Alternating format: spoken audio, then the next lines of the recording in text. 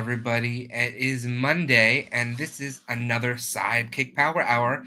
I am your host, Joshua R. Pangborn. If you're joining us for the first time, SideKick Power Hour is the live stream extension of SideKick Productions, where we celebrate all things queer, fat positive, sex positive, and allied, usually around the world of horror, but not necessarily. I love horror, so most of the things I do are horror, but I also bring in a lot of horror and horror adjacent and comedy and music and all sorts of things, all the things we want to do to celebrate the people who make the world a better place. And that's artists and creators and actors and musicians, all of us that I love to hang out with and all the people I love to talk to. So thanks for joining us tonight. We have a wonderful guest. But before I bring them on, I just wanted to catch everybody up on a few things that we're doing in Sidekick Productions. We are deep in post production on The Contract, which, if you were following along, is the feature film we just did in February. And hoping that will be ready for the end of the year. We shall find out. We shall see what happens. I didn't talk about it much last week, but we were just in Boston for the Wicked Queer Film Festival, where the Brooklyn Butcher screened on the big screen. So that was a lot of fun, and that was really great to have the chance to do. And I am in pre-production on a very special project that is something I think a lot of people will be really excited to see because they've been asking for it for a long time. I will post about that more in Patreon and on the Discord. So if you want to learn more about that, just go to patreon.com/sidekickproductions and, well, you'll learn more about that.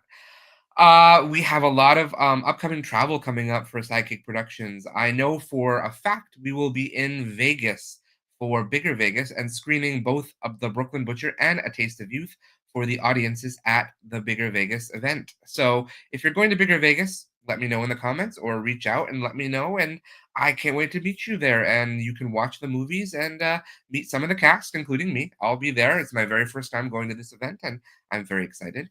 I also believe we're going to be going to a few other locations in the country. I'm hoping to be in Atlanta this year and in Austin and maybe Chicago and Baltimore, but we shall see. And I'll be back in Providence, I know, before the end of the year, screening another movie as well. So, well, got a lot of traveling coming up. So, if you want me to come to your city and show our movies, reach out to me. Let me know, and I can try to figure out a way to do that. Or you can even help host an event, and that's probably going to be a lot easier because you know your city better than I do. I don't get out very much, and when I get out, it's usually to film the movies. So, I hope everyone had a great Easter if you celebrate. I hope everyone had a great Passover if you celebrate. If you were celebrating Ramadan, I know that ended a few weeks ago as well. I hope everyone has been doing well and having a great year as much as anyone can. I know I've talked about it before on here, and I talk about it with a lot of people in my life. It's really important to do what you can to make your world a better place because all you can do is control the world around you at the moment and control the world that you have for the people around you. So please do the best that you can to take care of yourself and make that happen. Uh, Tonight's guest, that's why we are here. We are here because I love to bring on people I meet and talk to them and learn more about their lives and share their lives with all of you. Tonight's guest comes to us because I met them at the New Jersey Web Fest. I think it was just last year, but it might have been the year before. No, it was last year. They are an incredibly talented performer and creator, and I love going to festivals because I get to meet people that are brilliant and fun and passionate. And in many ways, they remind me of people I want in my life. So I get to meet them at the festival and I get to hopefully keep in contact with them and eventually find ways to bring them around, work with them on here, or hopefully someday work with them in film or television capacities. But before I bring them on, let's take a peek at some of the work that they do. I'm going to pull myself out so we can focus on.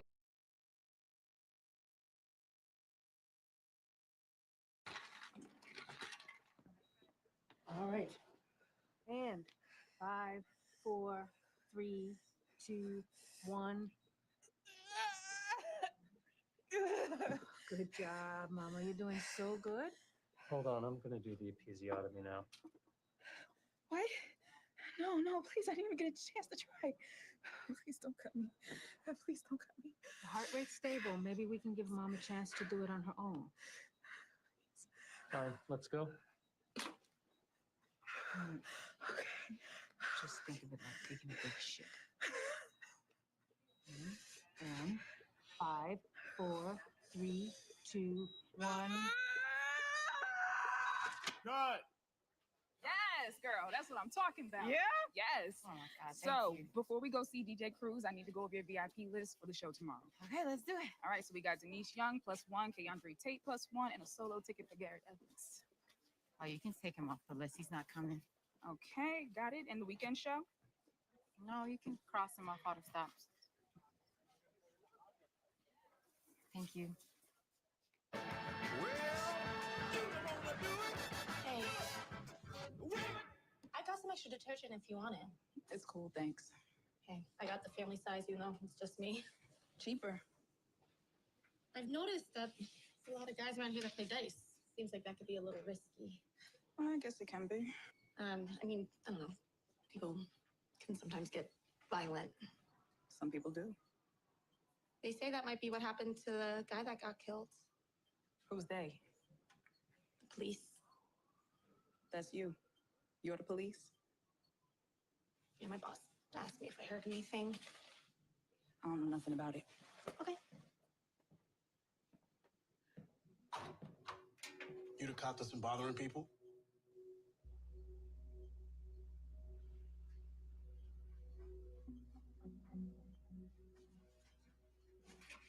Hey, I'm staying down here. If you want me to switch your load when it's done. Some of them's my things. Don't be touching them.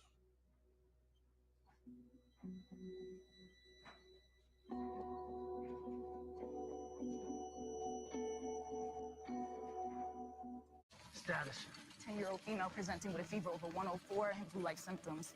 Sats over. She spiked a high fever last night, became nauseous, and started vomiting. Then she had trouble breathing. Hey, trauma bay 10. Hundley, we need you and Irving. What happened to you? Nothing happened. That wasn't nothing what happened to you. Wasn't nothing what happened to that boy. Ray Ray got picked up, I heard. You would know more about it than I would, officer. I know that since you're doing his laundry, that probably means he lives with you too. He lives with her and they both live with me. Is it your name that's on the lease, Miss Alberta? Yes, it is. Then you can give us permission to search that apartment. What would she want to do that for? So that there's one less lunatic with a gun living here. You go right ahead.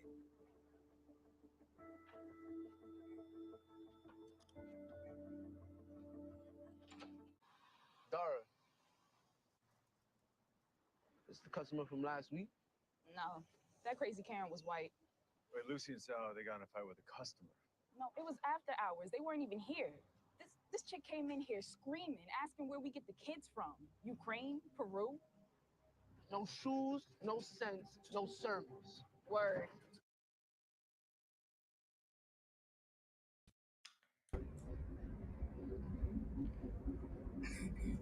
There we are. Sorry. Technology. Yeah. Hi.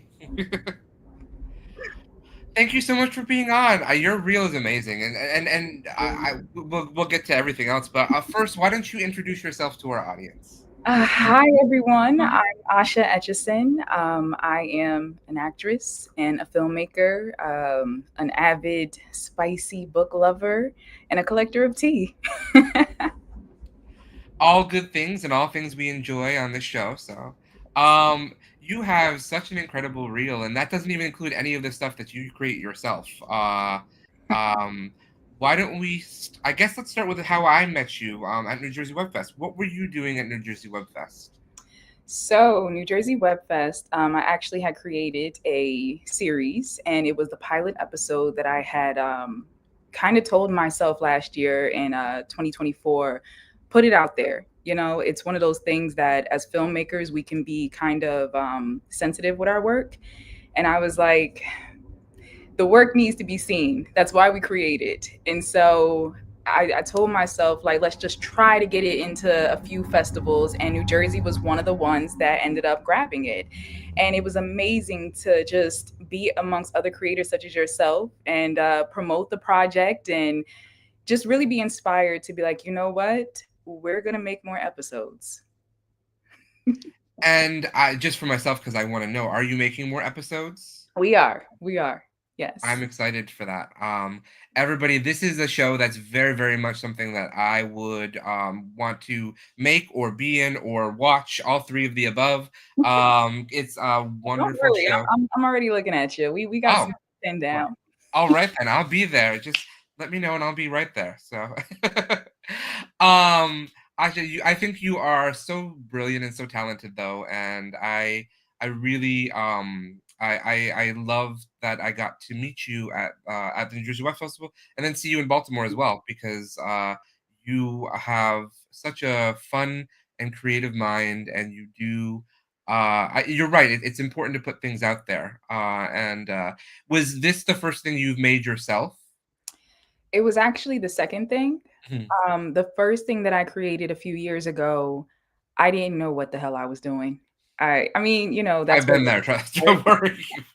that's where a lot of us start. But I think that festivals are so important because that project I had put into festivals as well, and just kind of seeing all the creativity around me, it Mhm. inspired me to want to be a better storyteller and to be like, how can I push myself to really get this story out in the way I'm seeing it in my head?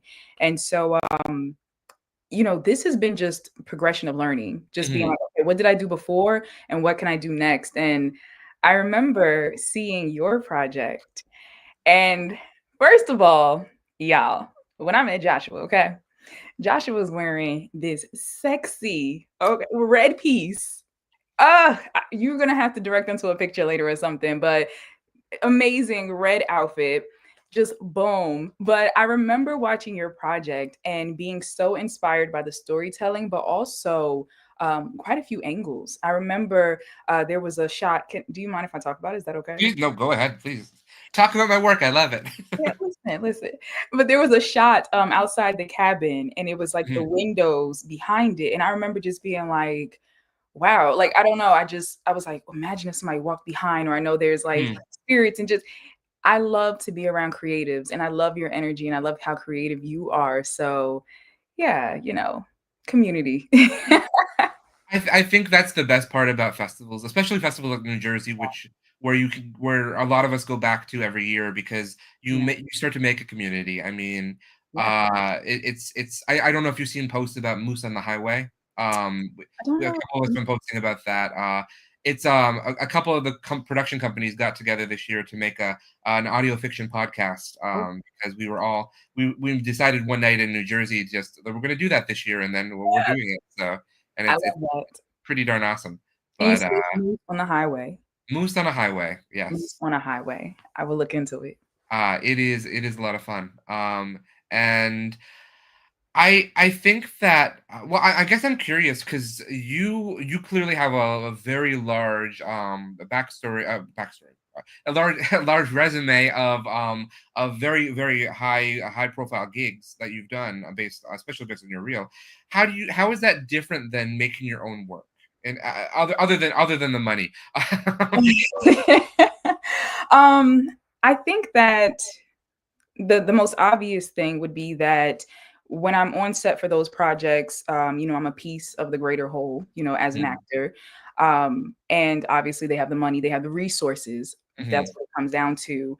And so everybody knows their job. You step in, you do your job, you keep it moving. Versus doing your own projects, a lot of the times as a small filmmaker, you are the whole, you're the greater whole. Well, you know what I'm trying to say, a piece, a larger piece. yeah, um, Whether the project makes or breaks in a sense, which to me, I really don't believe in like the concept of failure. I think, did I create it? Did I attempt it? Did mhm, I put it out? Whether it comes into fruition, it really is about the effort you put into it. Because when I'm mm, working on a greater set, I know the project's going to be put out. I know other people are going to put their hands on it. They're going to do their thing. There's a date it's going to be released. But as a small filmmaker, you really have to, am I on my deadlines? Am I fixing the problems? Like filmmaking is like 95% problem solving, like things mhm, popping up. But really, and even looking beyond yourself and possible insecurities that come up to say like, hey, I created this thing now. Mhm. Actors came, crew came, we did the thing. Am I going to put it out? So it's a lot more intentionality when it comes to creating your own stuff. It's really interesting, I think, and frustrating for me when I'm on a set that's not mine. Not frustrating, maybe not the right word, but I find that it's been. I have to remember that I don't. I usually only have one role when I'm on somebody else's set. Yes. Uh, One and hat. it's hard to resist being like, I think we should. Oh no, I can't say that. It's not my set. I shouldn't do that. I was Yeah. just on a set this weekend, and it was really so much fun. I had a great time. It was really lovely, Mhm. and they were really a lovely collaborative group of people. But I found myself wanting to suggest things, and I'm like, no, I shouldn't do that. I have to stop that. And luckily, these people were more open to that. But I've also started to dabble in some more high profile gigs, and I'm like, I really just am an actor here, and which is great. I love it. I will never say no to that. Yeah. But it's like I have no power over anything. I can't. Well, I think it depends. I get exactly what you're saying because we do have to respect the balance of, Yeah. the director and the executives and all of that. But I will say that some of my favorite moments on set are when directors will come in and they'll be like, "Hey, I know you're here as an actor, but how do you feel you should approach this?" And like, when it's more of a Mhm. conversation, Yeah. then I feel a little more because I get what you're saying. You're so used to being a writer, so used to being a director. You get on Yeah. somebody's set and you're like, And those moments I find myself being like, this is a practice of patience. Like let's just go with the flow and learn to listen and take direction and stuff. So I get it. I get it. Do you have a theater background, or did I you start do. in film? Oh, you Yeah. did have a theater background. Musical theater. Yeah. Musical theater. Yes, yes. Oh, I bet what have you done? What roles have you had? Well, Your favorite roles, I guess we can say. I will say the stepmother in Cinderella. Ah, And also I played Viola in Miss Yes, Midsummer's Night, all that 12th Night. So I don't know. I would say that's my favorite though, is the stepmother. she's a fun role. I mean, that's Yeah. a very fun show that is good for all ages. And yeah, I Yeah. I remember Cinderella. I've seen so many productions of that. It's a fun show. I've never done a production of that though. Interestingly. Really? I used to do musical theater when I was in high school and college, and then Okay. I did write a musical. Really? We have a musical episode of Skeleton Crew that I did, which is so Nikki and I wrote 15 original songs Wow. for Y'all were the musical busy. episode. It was during COVID, so we had a lot of time. So Got you. No, that's incredible. but it's fun. I do love musical theater, but I mentioned theater because this weekend the producer of the film was talking to me about how he loves to go to actors and talk to them about how to bring them into creating the world and everything. But he finds that if unless the actor has a theater background, they usually don't want to do that. Like like That's theater awesome. theater actors are really open to the idea of helping to create a world. Whereas film actors are sort of like, just put me where you want me, and then I'll do that. That's Uh, interesting. and I don't know if I have I'll get back to you on that. I have to think about it still too. Yeah. It's something you said made me think about that because I hadn't processed it yet because this was just yesterday. He told me yet. I But mean, it's there might be something that truth to it, so we'll explore. We'll do an experiment. we'll have to think about that. I'm gonna have to go through my Rolodex of actors I've worked with and see if that makes sense. But Yes. so I think that's important to reflect on now. I'm sort of lost in my thought on that. Okay. We can take a But moment to breathe. It's okay.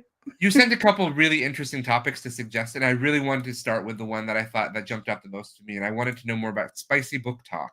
I had a feeling. I had a feeling. Okay, so I don't know if you're like on TikTok. I I'm know. on TikTok. Yeah. Okay. So there is a section of TikTok, Book Talk. Mhm. And within that section, there are other subsections. And so there's also one that's considered monster fucking. And so pretty much it's very self-explanatory. But pretty much it's the spicy books where Mhm. it's erotica, but so much more. And I just found myself getting into it during COVID, Mhm. the whole panorama and everything. Um, and I don't know, like I love adventure and plot and all that, but sometimes there's books that it's just smut. It's just a big ass gargoyle and whatever else. And oh my God, we're gonna talk about this off of this later. But I came across one from an author who wrote about a balloon animal smut and a door. Yeah, yeah.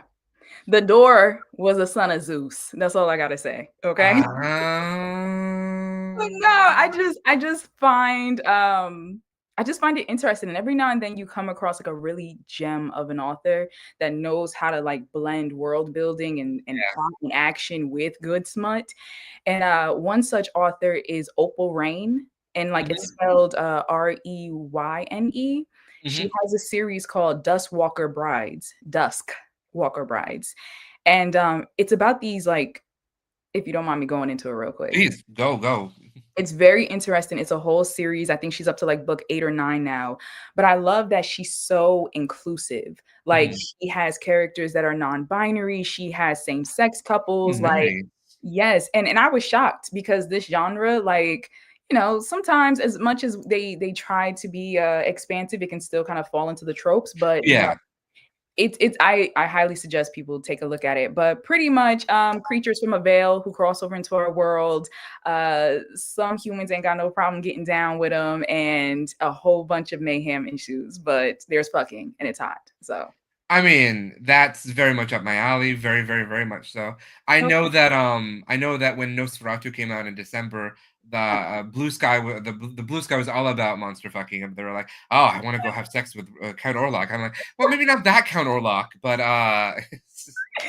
listen, I would love to do a study into the human psyche of what exactly we find kind of arousing about the other or fear. And Mhm. especially like, in the horror genre, like Yeah, how those two balance out. I think it's so fascinating how we kind of want to, I don't know, fuck the things we want to run from. I don't know. I don't know. absolutely. No, there's something about that. I mean, all of even the slashers, like there's something Yeah. very sexual about all of them. Even Freddy and Jason and Michael Myers, there's something very much so that Yeah. with Michael Myers, you've got this big hulking man who's just chasing you. I mean, that's very exciting, I think. So Oh my God, you make me think about around Halloween. There's a very big thing where people are like all into the mask players at oh yeah, the yeah, yeah.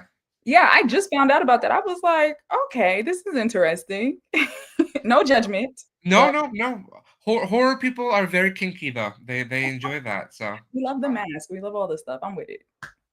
but and then obviously that I love to blend and bring sexuality into the work that I create, and from what I saw of what you do, you have elements of that as well. So I think that's pretty important to have, I think, because Yeah.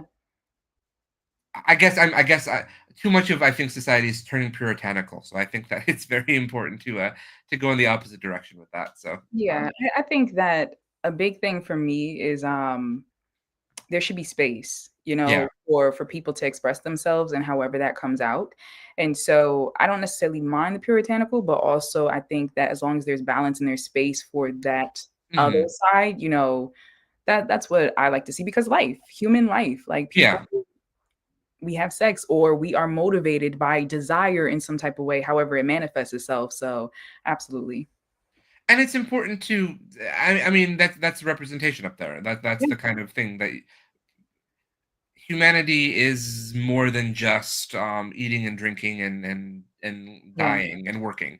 So but I do know that I feel awkward sometimes when I go to festivals, and I know that they're not necessarily um built around those concepts to Hmm. show some of the work that I make sometimes because I'm like, how are they going to receive it? Because I went to a festival twice now actually in Long Island, and I found out the first time that I was there that they're sponsored by the Republican Party of the local area, Mm. and I'm just like, how are my movies in this festival? It doesn't seem like they match with the people who are sponsoring this.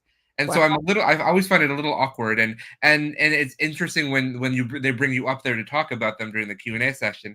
You can tell who's very uncomfortable with what they just saw and who's not. So it's fun to see that. But Yeah. I mean, honestly, first of all, it's hilarious you pulled a whole 007 and infiltrated. that's right.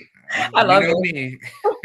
But I think we would be surprised how many people actually want to embrace a certain concept or Mhm.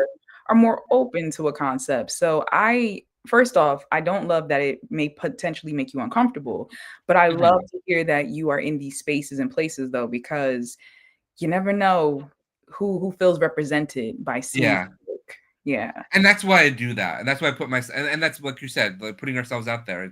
It's important to do that because you don't know who's going to see it that needs to see it. Yeah. So, and that's important. And that's the thing. Same thing with spicy book talk. You don't know who's going to need to read those books and get something out of it. So, Okay. um, I guess I've read a couple they weren't horror, but they were definitely spicy fantasy books. Okay.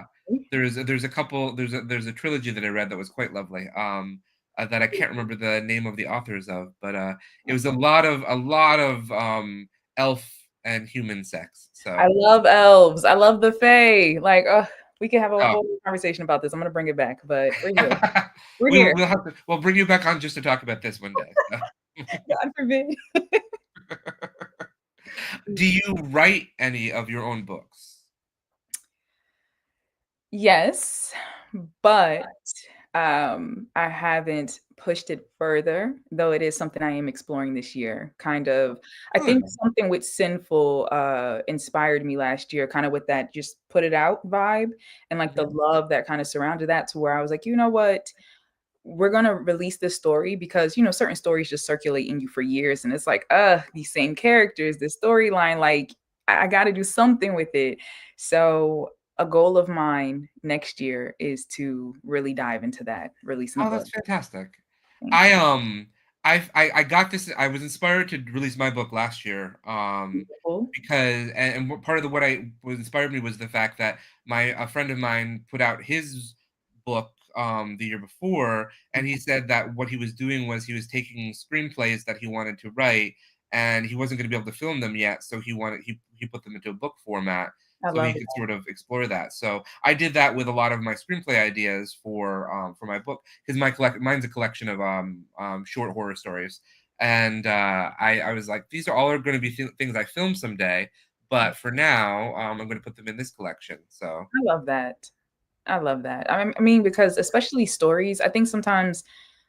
Do you find yourself feeling like when you really get into a groove of writing, let's say scripts, that sometimes it gets harder to switch over into like story format? Like, do you find that?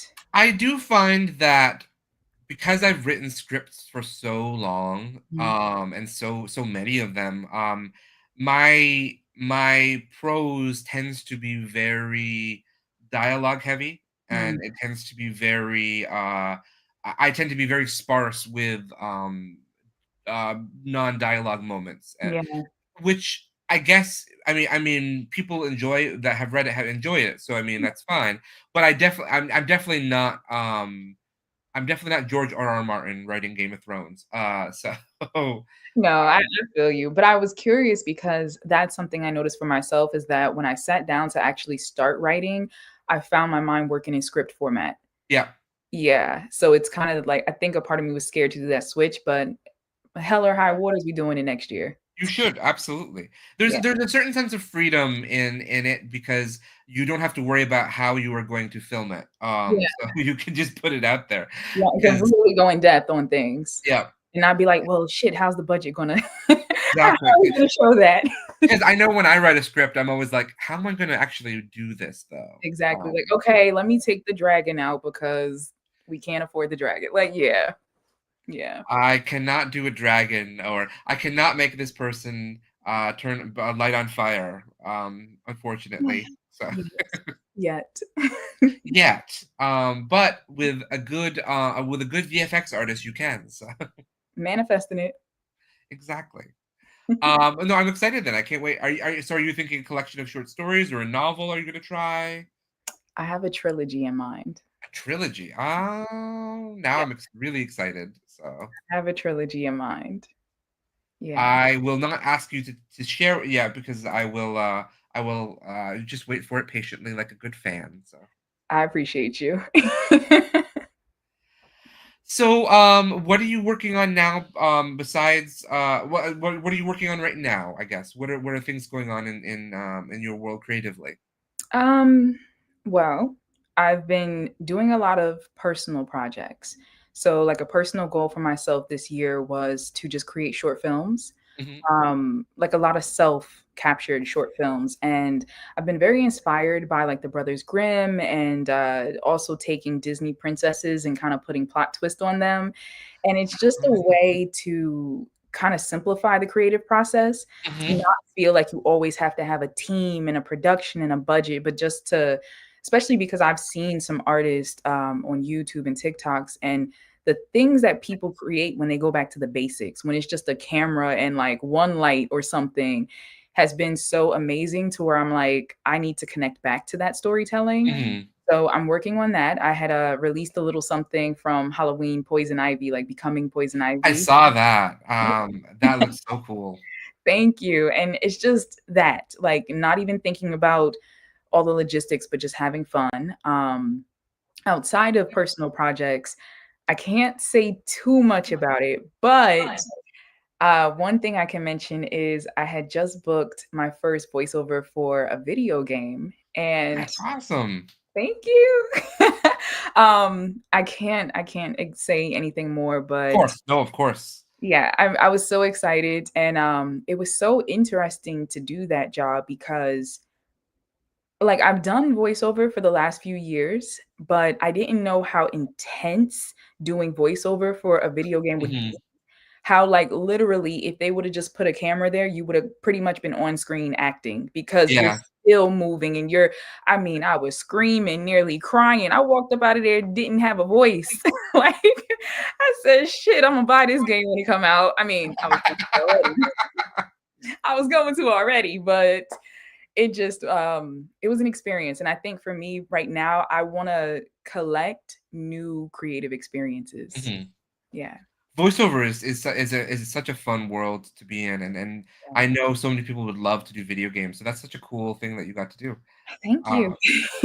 but that and you're based out of Jersey, right? Yes. Yes. So you're very close to New York. You get to Mhm. probably come to New York all the time for work. So Yes.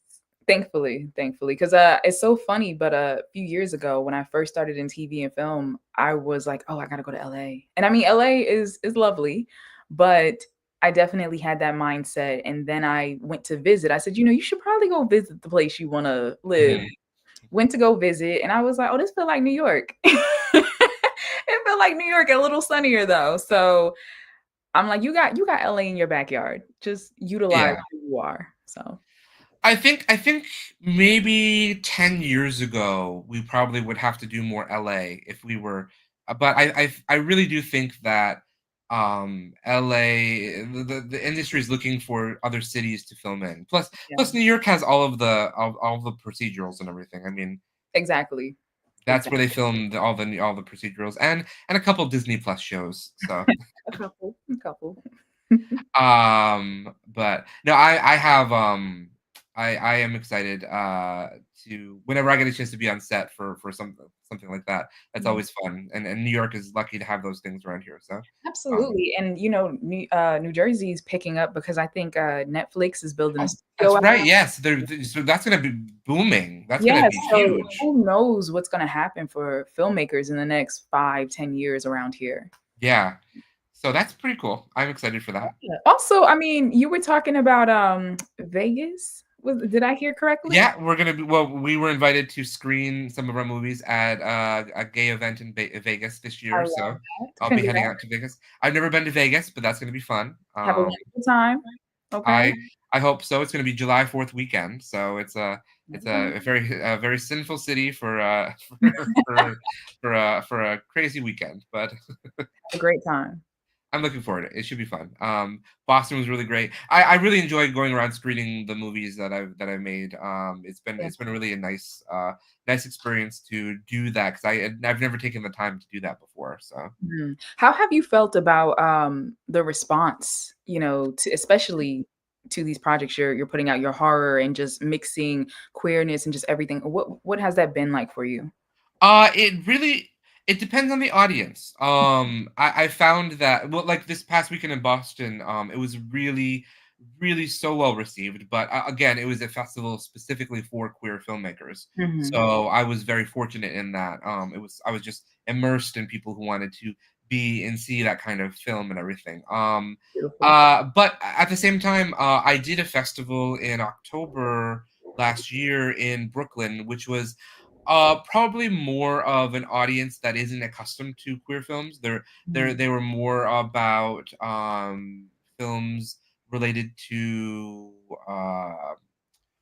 um most of the films that I saw there, they were more like comedies. They're more dealing with social issues of race rather than queerness. Okay. And so it was an interesting place to be for me because I had never been in an area there that was more focused on those topics than on topics that I usually put myself into.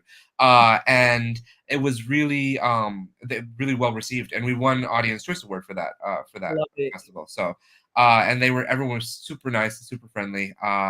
And then Jersey's very Jersey. So so whenever you it's a Jersey place. So it's pretty great. And Neem and Ned are lovely people to have us there. Baltimore was a good place to go. Baltimore didn't have a lot of people when I was screening, so most people who were there didn't really see my stuff for the most part. So it really does depend on the audience, but I know that when I went to Long Island and did one of my films, it was very confused for people, very confusing to watch because it was just again I make and you probably have noticed this. I make things that are explicitly for queer audiences. I don't do a queer film that's for straight audience. I do a queer film that's for a queer audience that invites straight people to watch it. But it's a slightly different thing because if you look at shows like Mid-Century Modern, I don't know if you've seen that. It just came out on Hulu. It's sort of like the gay Golden Girls is what they're calling it. Okay. It's really lovely. It's fun. It's a really cute, campy little show, but it's very much a gay show for a straight audience. So, so there's things about it that are a little bit inauthentic, even though it's made by queer people. It's created by queer people. All the actors are queer. There's still something that's slightly off about it. That doesn't feel genuine, I I guess. feel like I'll have to check it out to kind of get a deeper sense because as I'm listening to you, I'm so curious from like a storyteller point of view, director and everything of like, you know, how that's coming across because as Yeah. a queer woman myself, I'm pansexual and, just I also tell stories through that lens of sometimes I think for myself personally, it's just natural of what comes through the storytelling Mhm. of and I feel like for yourself as well of like you're not watering down your stories, you're just naturally telling your stories. Yeah. And so I'm very curious to kind of see what about this is kind of giving uncanny valley queer. I've given I don't know if you've had this experience. I've had people tell me that I need to put more straight people in my things because I'm not giving enough straight representation, and I'm very confused by that because I'm like, when do straight people not have enough representation in the world? There's plenty of that. So See, when you say it like that, I feel like I kind of get what you might be saying with the project. Um, yeah, and I think the way that I could possibly relate is when I hear people say like to Black authors like, oh, why don't you put more white characters Mhm. in? It's like, well, the story is centered around a personal experience or a lived experience by a certain group. So interesting. Yeah. I think that's very, very I think anytime an audience that's doing something that's for a non-mainstream audience and that's inviting them in to watch it, but isn't Yeah. necessarily making it Catering for to them. them, Yeah. catering to them, you're always going to get that comment. Well, you need to really bring the more people in that are like the normal ones. That's the word. That's the worst word to use. But I mean, Yeah. I think I you know get what what I you mean by said. Yeah. that. No, but I love um, what one thing I will say that I really loved about your work was that I even seeing different queer projects, I still never saw work that looked like yours. I didn't see bodies represented of, there were just so many full figured like queer bodies, like just gay men kissing everything. Just mhm. I'm not familiar with the term and I might mess it up, but bear, am I saying it? Yeah, Bear. That's right. That's right. Okay, like you are telling a story that's important, and it's like once again when we're talking about the space, like you're creating a space that quite Mhm. honestly, even when we talk about queerness, some people do package queerness to be like, oh, it's acceptable to look like this, and when you Mhm. talk about it, put it in the media like that. So no, I love the way that you're telling your story, representing yourself, representing these different actors and stuff. Yeah. It's the important thing about making who you want to see on screen Yeah. reflected there. And I know that I never saw myself on screen as a queer person of size. I never saw myself on screen growing up, and I know that I'm very fortunate to have the chance to put myself up there, so that way other people will not be able to say that anymore. That they Mhm. have a chance to see that. But I also think it's like doing what you do with Poison Ivy is great. I mean, Poison Ivy is not typically represented the way that portraying her, but I think that there's no reason why she can't be. So, Absolutely. um, Absolutely. there's very few things about most characters' backstories that mean they can't be presented in a certain way. Like if I were to do Romeo and Juliet, I would do Romeo and Juliet with plus size people because I think that it's important to. There's no reason that they can't be that way. Yeah. And because I know that one person said to me, why do you have to make sure that your actors are that are playing these roles are heavy set? And I said, well, why not? Yeah. Because that's why do they have to not be? I mean, It's a privilege to be able to ask that question, and I don't think a lot of people understand that. yeah.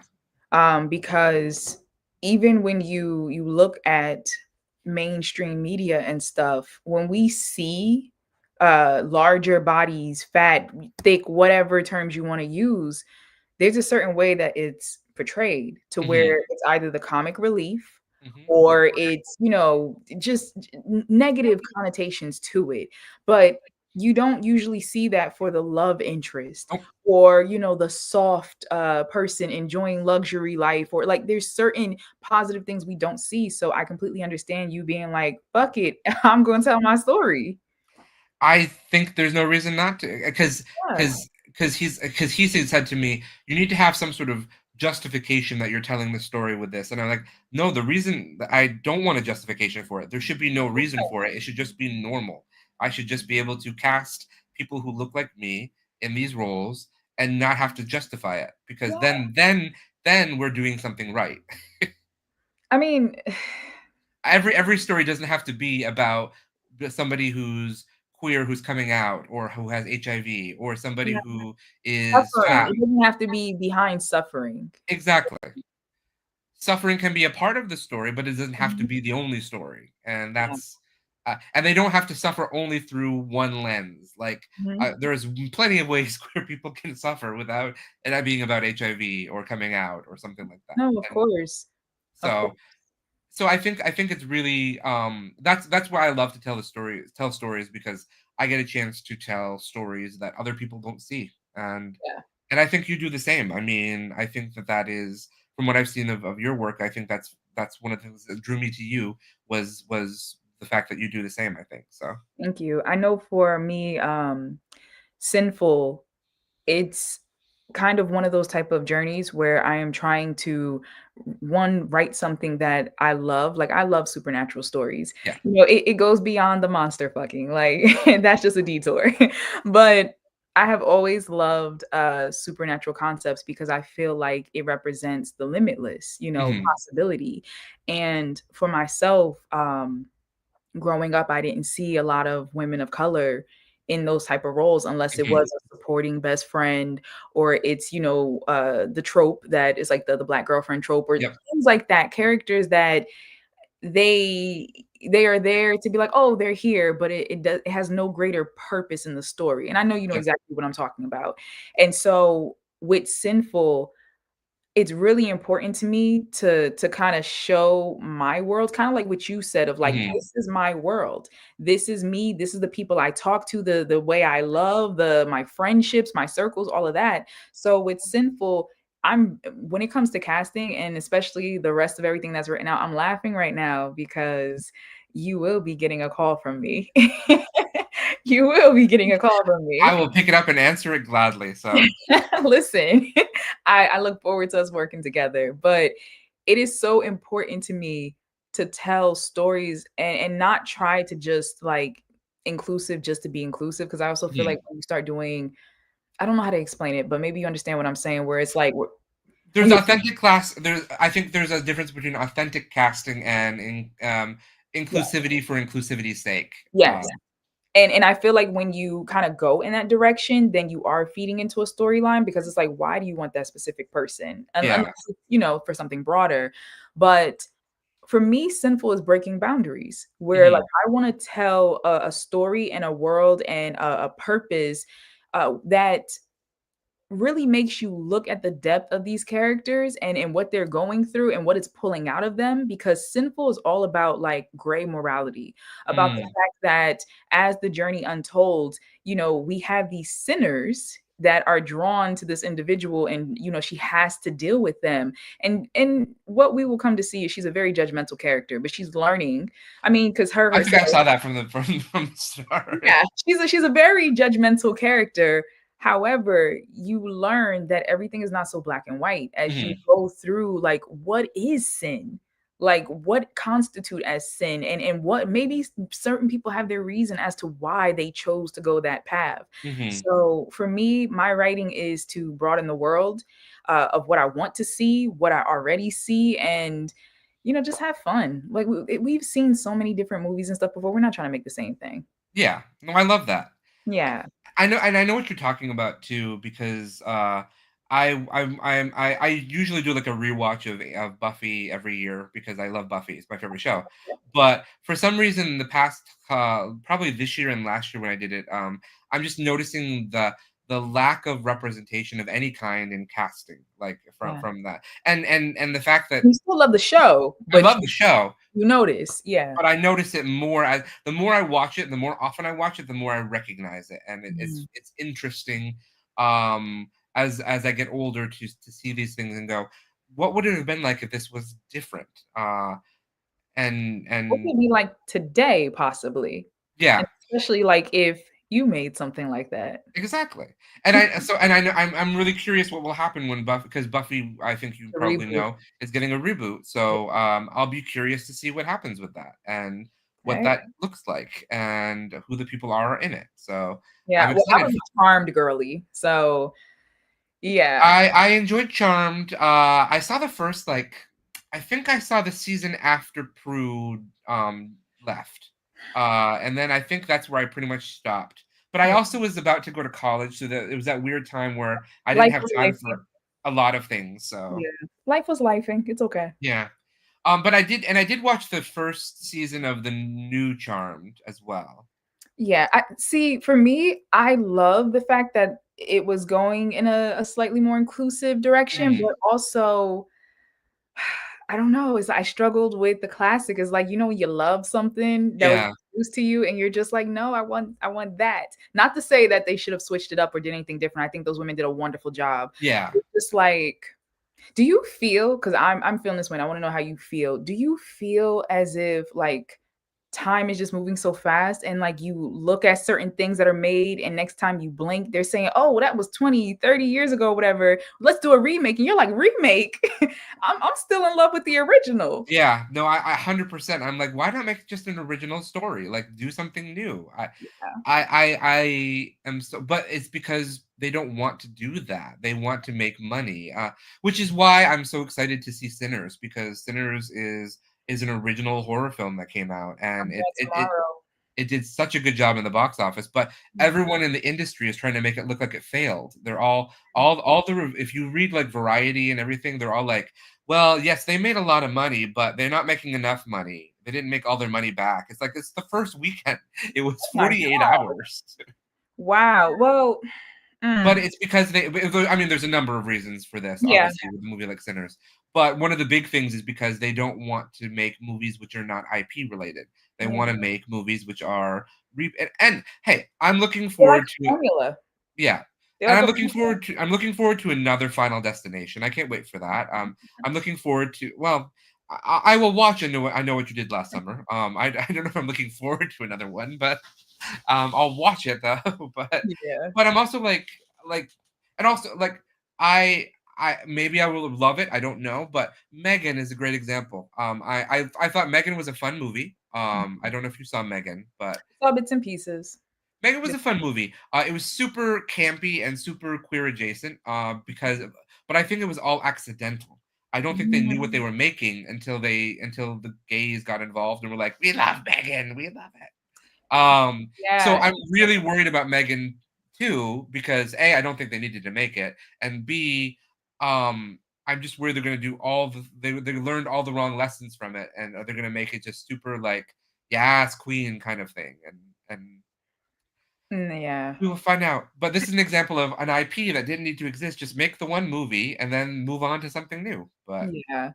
I I don't know. I think that movies like Sinners, I think that we can appreciate them a little more because they kind yeah, of are in a sea of formulaic movies, and that's the biggest thing. I think Hollywood loves to be able to predict how much or a certain crowd, and they know we're getting older in life and we're like, "Oh, well, we used to love this. Sure, let's yeah. regurgitate this to you and you'll come back for nostalgia." I mean, But that's why Robert Downey Jr. is playing Doctor Doom, and because everyone loved him, so they're gonna bring him back. But my three favorite movies last year all were, I think, highly original films. My favorite movies last year were The Substance, Strange Darling, and Cuckoo, and all of them were incredibly original films. I thought so. you know what's interesting is I find myself not really, first off, Robert Downey, I think, is a very talented actor. Oh, I And love Robert Downey Jr. Yeah. yeah, and I what's sad is I would love to see him in some more like original works. Hmm. Like I would love to see more of his range, especially possibly even darker, Yeah. but we'll put that into the universe. But I find myself not really enjoying American cinema as much. Hmm. I am leaning more towards international, so just like Bollywood or oh my god, I love C dramas and Hmm. J dramas and K dramas, and I find myself personally loving like the historical ones Hmm. because when you just look at their costumes, like you look at their ancient Oh, storylines and the gorgeous stuff. costumes Yeah. they wear and the hair, and I feel like people aren't expressive anymore. Hmm. Yeah, Well, everything is so muted color-wise in the US when it comes to movies. Like yeah, everything is so you don't have rich colors or saturation or anything in a lot of movies. And when you do, people are like, "Why are you doing this? The color looks wrong. Let me color grade it." And then you've got all these people on Twitter who are like, "I'm going to color grade this movie for you and show you it looks better." And it's like, first of all, dude, who are you? You have like 3 followers on Twitter. You don't need to color grade Superman and make him look different or something. It's ridiculous. So But I mean, you even see it in our architecture though, because yeah. like you look at, oh my God, it makes me so mad. I see how beautiful fashion was, and even just like the gargoyles they made on buildings and statues, Hmm. what are the little door knockers, and Yeah. Oh God, yes, yeah. everything just had such essence to it. And now design is just so simple and Cheap, minimal. easy, and quick. That's what they want. They And want I quick see it in our and cinema easy. too. Gosh. But I just realized it is 8 o'clock. I can't believe how fast this hour went. Talk about time going by fast. Yeah, yeah. I have had so much fun talking to you tonight, and Fun getting to talking know to you. more about you and sharing you with all of my audience. So, thank you so much for being on the show tonight. And will I see you in New Jersey this year if I end up going? Are you going? Do you have anything in the festival? Maybe I will probably not have anything in the festival, but I will try to stop by the festival. you have to at least stop by and say hello and everything. Yes, that's important. So, Yeah. Well, thank you so much um, for having me, and we will definitely talk much sooner than that because, like I said, I got some plans for you. I can't wait. I am ready. I will hop, skip, and a jump to New Jersey for me. So, Where are you? I live in Queens. So, Oh, I remember you saying you were in the area, but you go to so many festivals that my brain is like, wait, okay, so I'm much closer than you think, though. So. wonderful. We'll make it happen. Wonderful. Everyone, thank you so much for joining me tonight on another Sidekick Power Hour. We will be taking some time off probably after tonight for at least a couple weeks. I have a couple projects that I'm working on Monday nights, and I won't be able to be here with you all. So stay tuned. I will be letting you know when we're coming back. But in the meantime, have a wonderful rest of your spring, and I will see you all sooner than you think, probably. Bye for now.